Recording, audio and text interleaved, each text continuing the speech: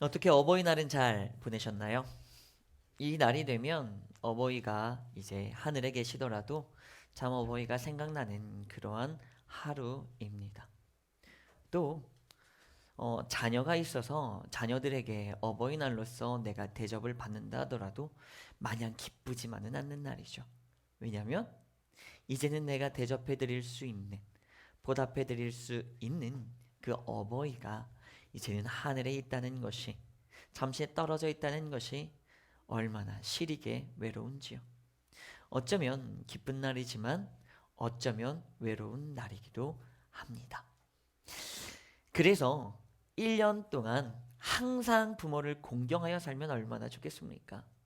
그럼에도 이 5월 한 달만큼이라도 나의 부모를 사랑하고 공경하고 지금이라도 늦었지만 그 부모를 묵상하면서 그 부모님의 발자취를 따라서 하루하루를 걸어가시는 여러분들이 되기를 간절히 소망합니다. 아멘. 오늘의 말씀을 보니 이렇습니다. 오늘의 말씀은 출애굽기 20장 12절 말씀이에요. 너무나 잘 아시는, 여러분들이 알고 계시는 10계명의 제5계명입니다. 함께 읽어볼까요? 시작. 내 부모를 공경하라. 그리하면 내 하나님 여호와가 내게 준 땅에서 내 생명이 길리라. 아멘. 그래요. 하나님께서 분명히 말씀하십니다. 네 부모를 공경해라. 그러면 세 가지의 축복이 있는데 너의 생명이 너의 땅에서 길 것이다. 즉 시간으로 오랫동안 누릴 것이다 라는 겁니다. 생명의 축복과 땅의 축복과 시간의 축복을 허락해 주시는 거예요. 그러면 왜 내가 나의 부모님을 공경했을 때 이 세 가지의 축복을 받는지 그 영적인 이유와 논리가 있단 말이죠. 프랑스의 학자 라부제아를 아십니까? 그는 아실 거예요. 질량 보존의 법칙을 만든 이에요. 1700년도 사람인데 그가 질량 보존의 법칙은 무엇이냐? 화학 반응 전에 반응 물질의 전 질량과 화학 반응 후에 생성 물질의 전 질량이 같다는 거예요. 이 이과적으로 설명을 하면 뭔 내용인지 쉽죠. 그래서 문과에서 이 이론을 응용했습니다. 뭐냐면 또라이 질량 보존 법칙입니다. 한번 들어보시겠습니까? 분명히 여러분들이 삶을 살아가시면서 내 옆에 또라이가 있을 겁니다. 그렇죠? 그 또라이 때문에 너무나 괴로울 거예요. 그래서 이 또라이를 피해서 내가 다른 곳으로 도망가고 탈출하면 그 다른 곳에서 또 다른 또라이를 결국 만나게 된다는 거예요. 내 인생의 또라이는 늘 있다는 겁니다. 그런데 운이 좋게 내가 도망을 갔는데 조금 덜 또라이를 만납니다. 그러면 야, 덜 또라이를 만났구나, 다행이다 싶잖아요. 그렇지 않아요. 덜 또라이지만 덜 또라이가 굉장히 여럿을 만나게 됩니다. 그래서 강한 또라이를 만나나 덜 또라이를 만나나 결국 나의 인생은 또라이 때문에 똑같은 고통을 느끼게 된다는 것. 이것이 질량 보존의 법칙, 그리고 또라이 질량 보존의 법칙이라고 합니다. 여러분, 그런데 여러분들이 이러한 생각을 하실 겁니다. 저는요 지금 제 주위에 또라이가 없는데요. 제가 하나님의 은혜를 받아서 이제는 원수를 사랑하나 봐요. 그렇지 않습니다.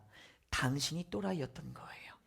그래서 느끼지 못했던 겁니다. 여러분 회개하십시오. 자, 여러분 하나님께서 이 세상을 창조하셨다는 걸 믿으십니까? 아멘. 그렇습니다. 그러면 하나님이 이 세상을 왜 창조하셨나요? 하나님이 심심해서 창조하셨나요? 아니면 하나님이 누군가가 나를 좀 대접해주고 누군가에게 내가 섬김을 받고 싶다, 이러한 마음 때문에 이 세상을 창조하셨나요? 그렇지 않아요. 하나님이 이 세상을 창조하신 이유는 말씀해 보니 이렇게 말합니다. 사랑해서예요. 사랑해서예요. 믿으십니까? 아멘.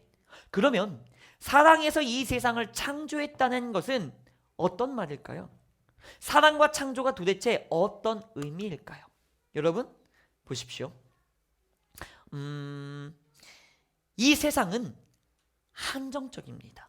그래서 비유로 말하겠습니다. 이 세상을 오라고 칩시다. 이 세상은 한정적이에요. 5입니다. 5. 5개가 있어요. 하나님께서는 이 세상을 홀로 누리시고 홀로 누비실 수 있습니다. 그런데 하나님께서 사랑하셔서 인간을 창조하셨다는 어떤 의미냐?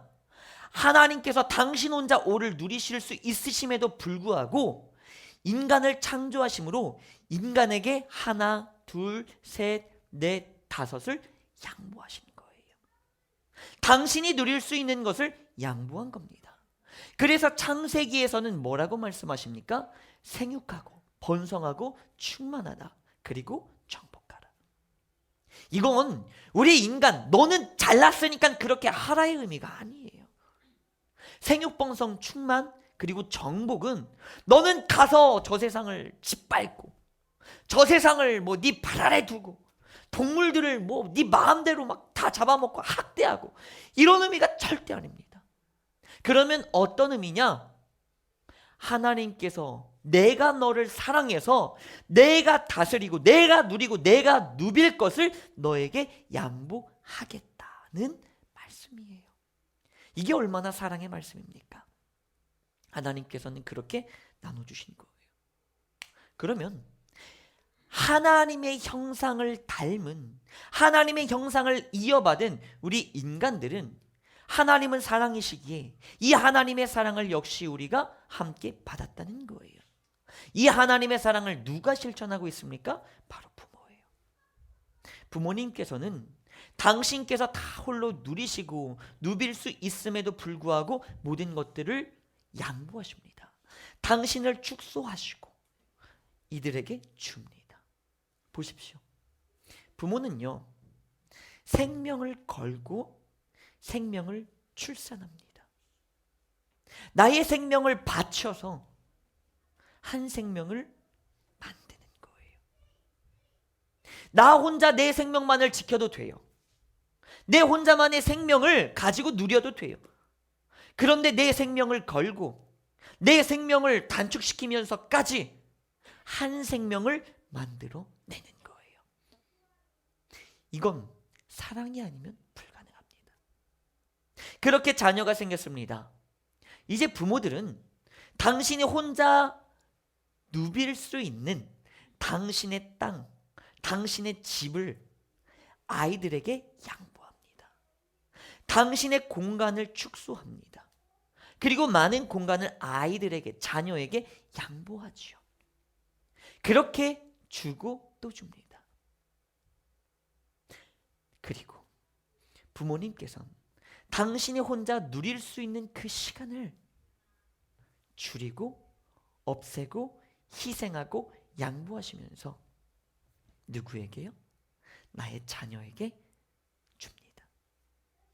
그렇게 부모는 나의 생명을 축소하고 나의 공간이라는 땅을 양보하고 나의 시간이라는 것을 희생하면서 자녀들에게 주는 거예요.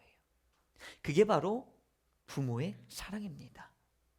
그리고 그것이 바로 하나님께서 인간을 창조하셨을 때의 바로 그 사랑입니다. 여러분, 이제는 자녀된 우리가 그 부모님의 사랑을 온전히 깨달아야 하겠지요. 그런데 하나님의 놀라운 신비가 뭔 줄 아십니까?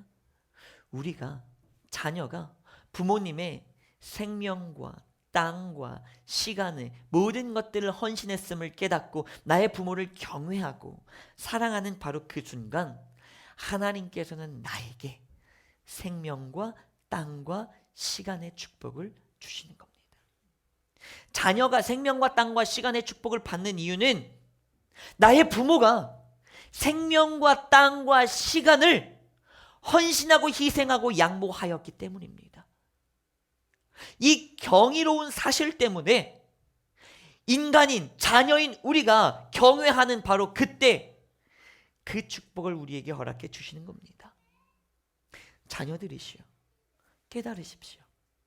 지금 내가 생명을 누리고 땅을 누리고 시간을 누릴 수 있는 이 이유는 나의 부모가 생명과 땅과 시간을 헌신하고 나누었기 때문입니다. 여러분, 그러니 이제 하나님의 놀라우신 창조의 그 질서와 축복을 깨달으시기 바랍니다. 그리고 그 축복 속에서 나의 부모가 생명과 땅과 시간을 나에게 주었구나.